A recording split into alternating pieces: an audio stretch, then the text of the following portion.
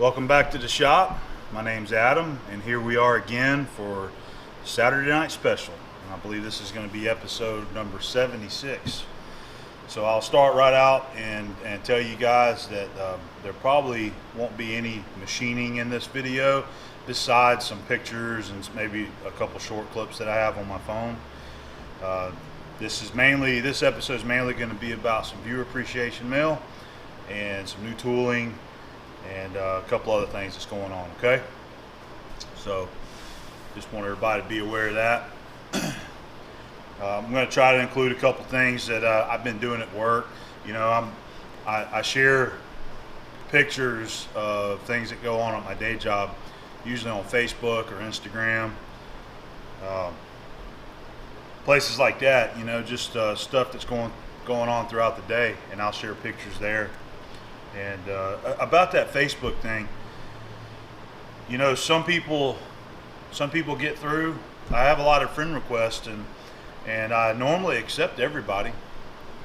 There's a lot of people that leave me messages that doesn't get through, and I don't know what that deal with Facebook is on why some people, the request will come through and others don't. I have no idea, guys.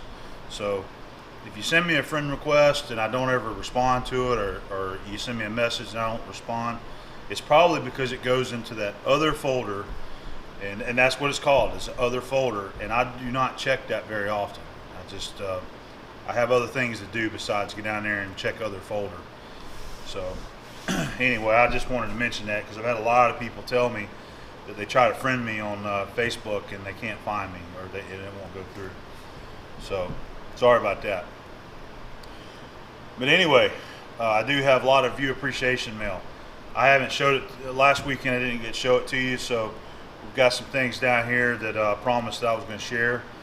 Some really nice tools, some really nice gifts, some really interesting things.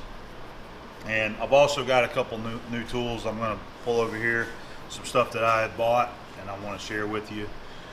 I was hoping today I was actually going to have my sample shirts for the next t-shirt campaign, and they haven't arrived yet. Like I said, I was expecting them today and they didn't show up, so maybe it's just running late, I don't know.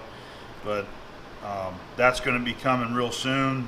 The sample of the shirts, I'll have one that I can show you, and hopefully everybody will like it, and maybe we'll have us another t-shirt campaign here in the next couple weeks, okay? I'm also going to try to find a venue that will do hats. I've had a lot of guys ask me for hats, and I completely understand. A lot of people wear hats, and hats are interesting. You know, they have different logos on it. So that's something else that we're going to venture into pretty soon, is see if we can get some nice hats out there for you guys to buy if you want. So maybe next week or a week after that, we'll have a shirt campaign is what I was getting at there. So okay, I'm just going to kind of roll with this. I don't have a script or anything here, and we're going to just roll, and I'm going to go through this viewer mail, and at the end of the video I'll show you my pictures and videos that I got throughout the week. Might be a couple Haymans in there and just some other interesting things. I had a few pictures that I had posted up on some aluminum bronze MIG welding, and there seemed to be a lot of interest out there in that. So I don't have any video, but I got some pictures that I'm going to share that, and we'll talk about that a little bit. So let me go ahead and grab some of this viewer mail. Let's go through some of that, okay? So this is our first viewer appreciation mail, and I've had this stuff for about 3 weeks now, and promised that I was going to show it. This is what I was talking about, is this stuff here, and I got another item right here that's really special that I've been anxiously waiting to share with you guys. So all this stuff here is from Brandon Otto. Brandon is on YouTube as Caseman2294. So he acquired a bunch of this stuff at a job that he was at. He even acquired a Lincoln welder and a bandsaw. And so some of the stuff right here that he acquired, he actually wanted to send to me, and that's what he's done here. So we got 3 books that he got out of this garage. One is Tool Steel Simplified, and this is actually a pretty old book. and it's got a cool picture here in the front of the factory right there, and it says the Carpenter Steel Company, Reading, Pennsylvania. And I believe this book was from 1937. So that's going to be a cool book to look through. And we've got two more here. One is Dictionary of Technical Terms, and then Practical Shop Mathematics. And I believe Brandon said that these books come out of that garage that he was doing a roofing job somewhere, and an elderly man had passed away, and his wife was giving out tools and things out of the shop, so he was able to go in there and acquire some of the tools. And this is some of that stuff right here. He said it was a huge box of titanium TIG rods, so that's what this is here, is some titanium. So Tom, whenever you do some titanium TIG welding over there at Ox Tool, let me know. I'll send you a couple pieces of that, okay?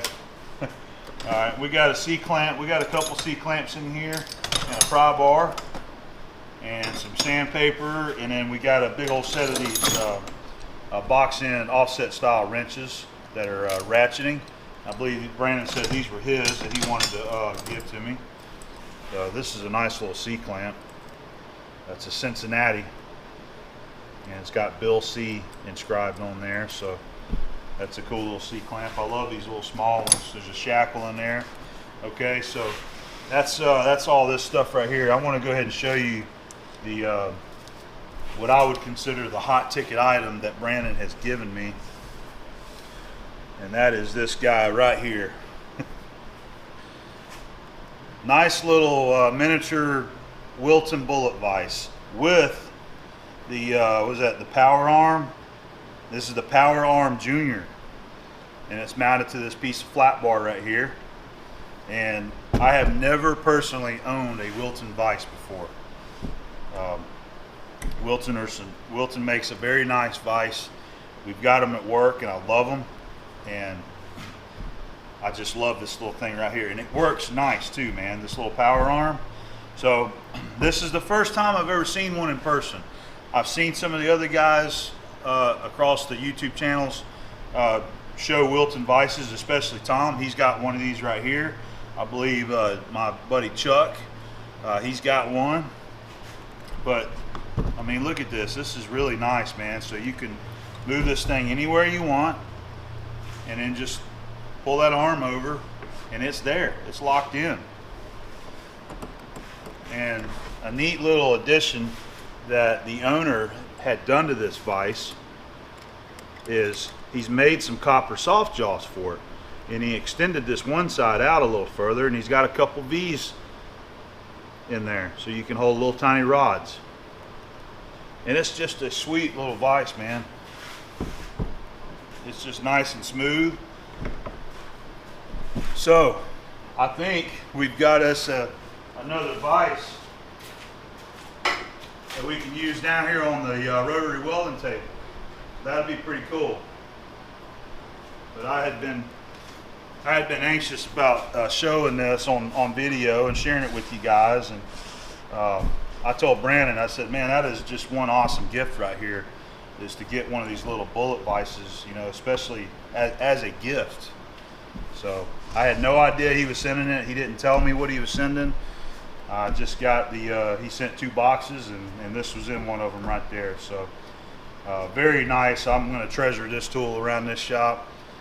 And thank you very much for everything, Brandon. I really appreciate it. So you'll start seeing this around the shop, probably on the welding table. And appreciate all the tools, man. So this next viewer appreciation mail, this is a nice tool, a shop-made tool that was given to me by Chuck Bomarito, and he is known as Outsidescrewball there on YouTube. And me and Chuck are good buddies. And he's developed this nice little work holding tool, and it started making them and selling them. So we were going to share this, and I'm going to bring you in closer so that you can see a better shot of this.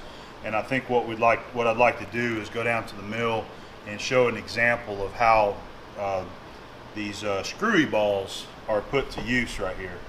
But he has sent me 2 sets of them. He has 2 different sizes, and I believe one is 9/16, and then the other one is a 1-inch ball. These are ball bearings and hardened. And he sent me 2 sets, and I was just going to share this so you see. He put Gil on the 2nd set, so Gil gets a set of these. And what it is he calls it a multi-axis work holding. Whenever you're trying to true up something in a vise that's not square, or you know, maybe just saw cut, you want to start squaring it in.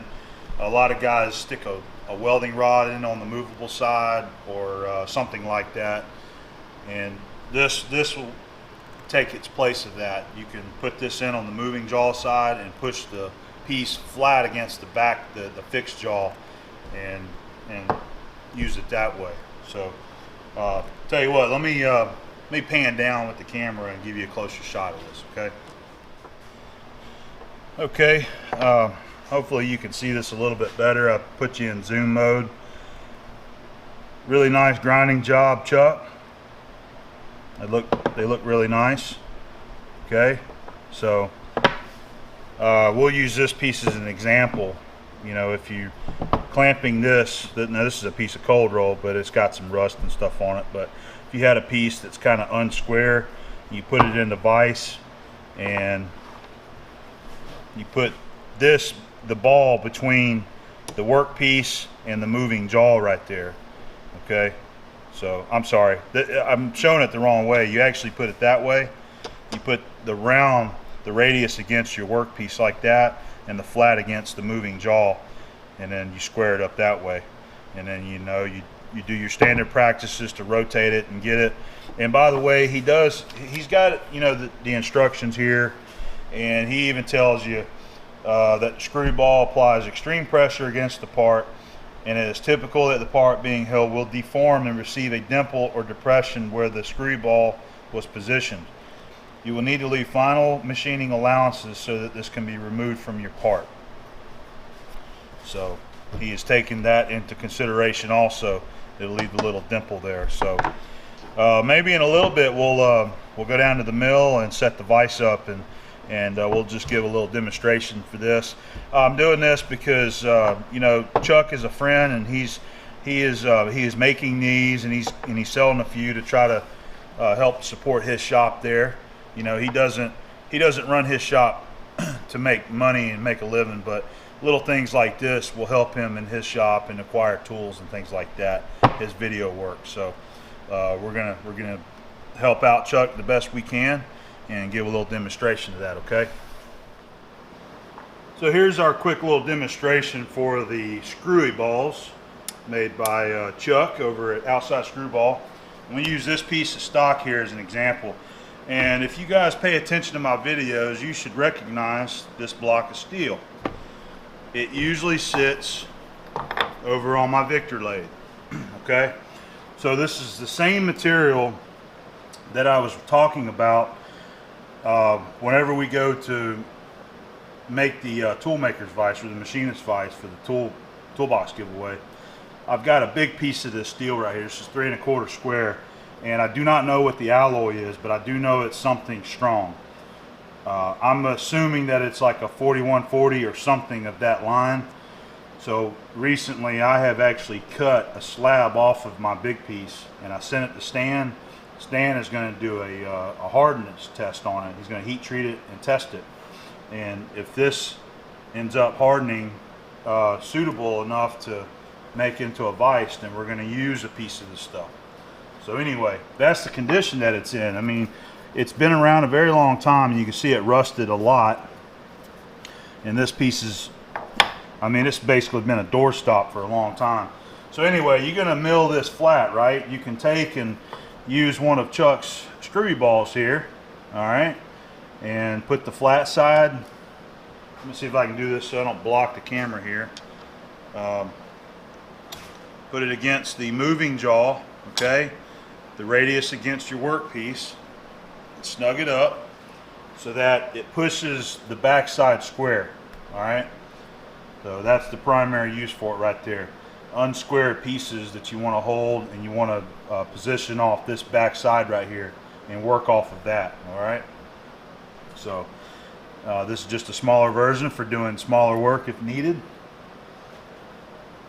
But I just wanted to share that. So if you're interested in these, go and contact Chuck. I'll make sure I put his contact info there in the video. And he's got some videos of making these and talking about them. So if you're interested, go check out Chuck's channel. Okay? This is a quick little segment for all you fishing guys out there. You know, we live down here on the Gulf Coast, and we got some really nice red snapper fishing here. So my buddy Gil, he went out snapper fishing last week, and they loaded up, got some really nice red snapper and some grouper and some scamp. So I just wanted to share these pictures with you. Really nice catch there, Gil. You guys did great.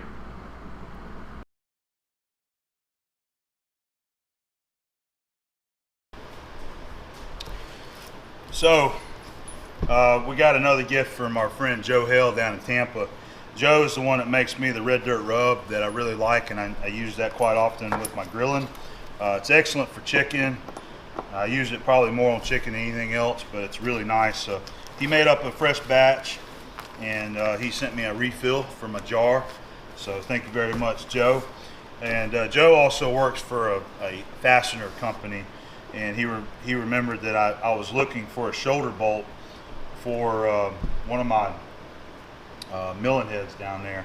So he threw in a few of these shoulder bolts, and I got to apologize to Joe. I don't think I ever returned his.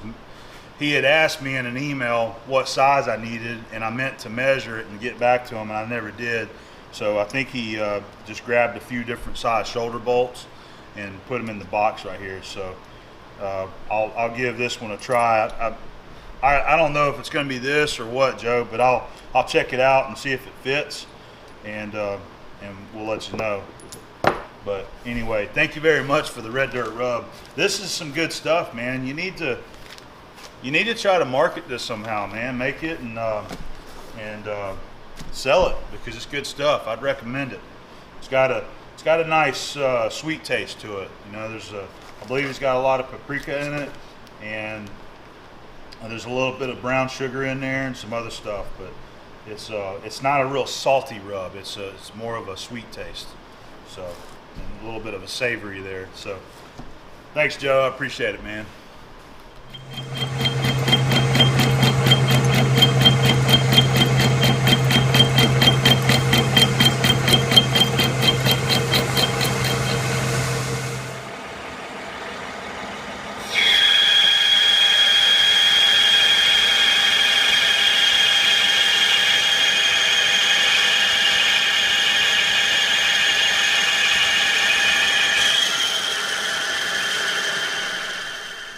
So this is one of my recent tool acquisitions right here that I bought. This is a little Lufkin mic. It's a number 611T, and it's what it is. It's a thread mic for measuring, you know, your thread pitch. It's good for 8 to 13 pitch. But I found these online and got them for a really good price.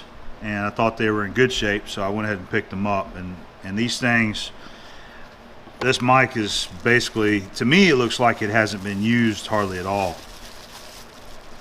I mean, it's just beautiful, man.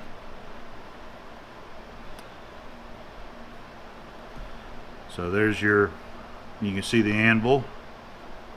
It's made for cradling a thread there, and so you can use that to measure your thread.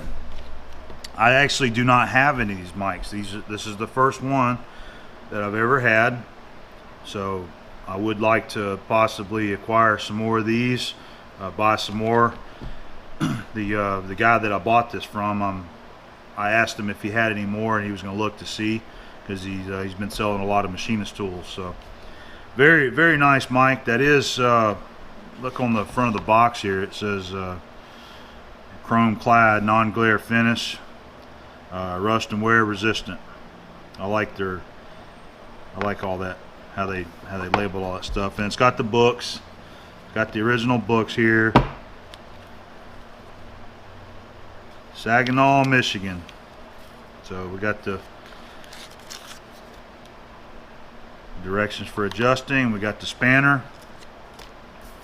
So one way that you could use this mic is, of course, you got to be within a 1-inch range to use this one. But if you're, let's just say you're going to machine a 5/8 thread, okay, you can use this.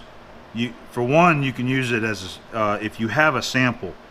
Say you got a thread that you're machining, you're copying a thread, you do not have a sample to screw on to check your thread, you can use a mic like this to measure your sample and then machine your new piece to the same spec, and it should work. But just like they say on here, set to a thread plug gauge. So I actually have some thread plug gauge, which I need to get into a better practice of using. So I went ahead and pulled out this one. This is Sheffield 5/8 and it's a go no-go gauge. So right here it lists your pitch diameter. So this side will be 0.566 and that side's 0.570 2/10. So let's look at it and see. Get it on out there.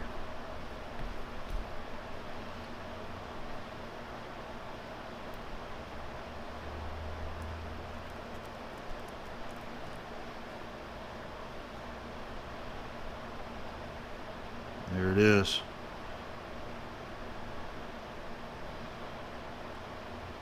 I think I got it a little, it's a little touchy.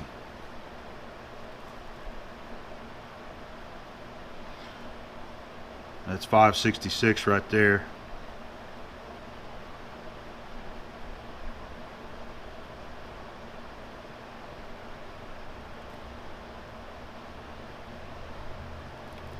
Okay. Looks like it's measuring just like going like it should. So you can, if you've got a go no-go gauge, you can use this as your sample, and you got a mic like this, you can machine your part based off your proper pitch diameter. But this is just a little gem, I think, just a beautiful little mic, been well taken care of.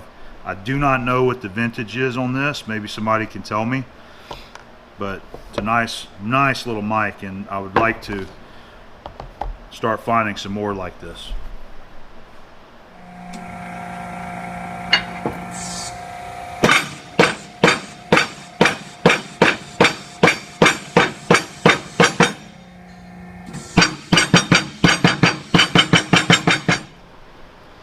So this fine lot of tooling and viewer appreciation mail, this was sent in by 15-year-old Colton Hawk and his father. Colton is a big fan of the videos here, the shows that we put on, and he emailed me and shared some pictures with me and told me a little bit about him and his dad and their shop there, and said that he had a couple tools that he wanted to send me. And again, I had no idea what Colton wanted to send me, but this is what he sent. And I mean, it's just unbelievable the amount of stuff that Colton has sent in right here. But I wanted to go ahead, before we get into this, I'm going to go ahead and share the picture that he sent. So that's Colton there, leaned up against his restored Bridgeport milling machine. And of course, he's holding up my logo there in his hand. And he was telling me that him and his dad restored that Bridgeport. And I can even see we've got the double boost type light on it, and it looks like we have the Tom Lipton type of weight covers on there, and a nice Kurt vise. So good looking milling machine there, Colton. You guys did a great job on that. And I can see you got a power draw bar, because I can see the on and off switch there, and DRO. So he wrote me a very nice letter, and I'll read you some of that. He's telling me that he loves watching the videos, and please do not stop making them. And I am 15, but So I have some time, but I hope that one day I'm close to your skill level as a machinist and fabricator. It's really cool to see you working with the big machines and huge parts at work. Hopefully you can use something that we have sent, and it would be awesome to see it being used in an upcoming video. Colton Hot. So we'll try to make that happen. We'll put your tools to use whenever we have a job that comes in. We use it. This pile of reamers right here, this is what just kind of blew me away. It's just a huge stack of brand new reamers, and they're all brand new, made by Titan or Yankee Tool, both American made in USA. And what's really neat about a lot of these reamers is that they're over and under reamers, which I do not have. They all listed as decimal, which helps me out a lot. I like reading in decimal. But like that right there, that's 0.438. So that's a half thou over 7/16. I seen one in here earlier that was a half thousandths under 5/8. Okay, there's just a wide assortment all the way down to the small one right here. That's 0.2495. So that would be a half thou under 1/4 inch. All nice tools. This big boy right here. Now this one, let's check this out. I hadn't even looked at it yet. Yankee Tool, and it's 1 inch. And you know what's really nice about this one, Colton? We used to have a really nice 1 inch hand reamer just like this. It stayed over there in my dad's toolbox where the other reamers are. And there was another younger guy here in town that opened up a machine shop. He was into the automotive type machining, but you know, he was starting out and didn't have a lot of stuff. But they had a lot of, I heard they had a lot of nice fancy CNC machines. But anyway, he had come over and borrowed my 1 inch hand reamer on a couple different occasions, probably 3 or 4 times. And the last time he borrowed it, I never got it back, and I heard that he closed up. They shut down. I don't know what the story is, but never got that reamer back. You know, and that was an old 1 inch hand reamer that had been around our shop forever. And kiss it goodbye, it was gone. So, and I never replaced it until now. Now we got us a nice 1 inch hand reamer again. So that's very cool, man. Thank you very much. And there's a lot of the stuff here that Colton's has given me. There's a bunch of Morse hole saws right here, all different sizes, an arbor. We've got some different milling cutters. These are like the radius type cutters. They have a radius ground on one side. That is an angle cutter right there. Some carbide inserts, some drum mandrels for sanders. And we got a bunch of screwdriver tips here, like a Torx end. Some big boy Allen wrenches, and then there's a bunch of these Eklund fold-a-key type Allen wrench sets right there. So I'm just assuming, I'm thinking maybe he and his dad is like the rest of us, and whenever they come on a nice score of tools, they buy them and load up. And maybe this is a bunch of extras that they had and he wanted to send them to me. But Colton, by no means did you have to send me any of this stuff. Just your letter and picture alone was awesome enough, man. I really got a nice smile out of that. And I shared it on Facebook for you. And you know that all the guys over there were encouraging you, just like me. You need to go ahead and make you a video of yourself and what you do, your shop. We'd love to see it. And nominate yourself there to the Keith Finner Toolbox giveaway over at Turn Right Machine Works. Put yourself there in the nominations and see if you can score one of them toolboxes or this year's toolbox. So you'd be a great candidate for it. So he shared some pictures with me of some of the machines that they got there, and I was going to throw them up for you to see. He's got a really cool little Powermatic millwright mill, and I've only seen one of those before, but he's got a picture of him using that, and I can't remember what lathe they have in a Bridgeport, but very, very nice, Colton. It's great to hear somebody young like you that really enjoys this field of work and this trade, and I hope that a lot more young people coming up will have interest in this also. So thank you very much for all these tools, man. I just don't know what else to say to you, but thank you. we'll try to make sure that we use these, and when I pull one of these tools out and use it, we'll make sure that we give you guys the credit for it and let you know. Okay, so keep doing what you do. All right, you'll get there, man. You're young. You got a long ways to go, and there's a lot to learn out there. You're always going to be learning in this trade. I learn every day. I'm always learning something new. So keep up the good work, man, and good work will find you. Okay, thank you again very much. We'll probably post up your picture somewhere out here in the shop. All right, thanks, Colton. So here was my other tool acquisition that I got last week. I found these on the online for sale, and I don't have any 12-inch digital calipers here in the shop. You know, I've got my veneers. I've showed you those before, but I do like using 12-inch digitals also. I use them at work almost every day. I have an 8-inch and a 12-inch at work, some Starretts, and I use them.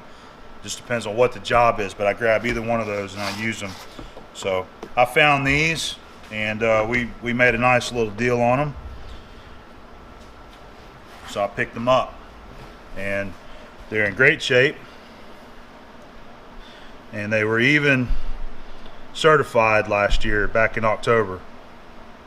Had a calibration certificate on them, and the gentleman that I bought them from said that he didn't have them very long. I mean, about 6 months I think he said he had them, and didn't use them very much, so that's all I know. But they're in great shape, and that is going to be a nice set to have around the shop. Just some of those everyday tools that you always use, and you probably seen me use these a lot. You know, these are my 6-inch absolutes, and I've had these for a few years now, and they've been excellent. So the Mitutoyo Absolute Digimatics are very nice calipers. Even for the money, they're good calipers as long as you don't drop them or abuse them. Dropping them on the floor is what tears your tools up. So as long as you're taking care of them, they'll take care of you. So that was my new tool acquisitions for the past couple weeks here.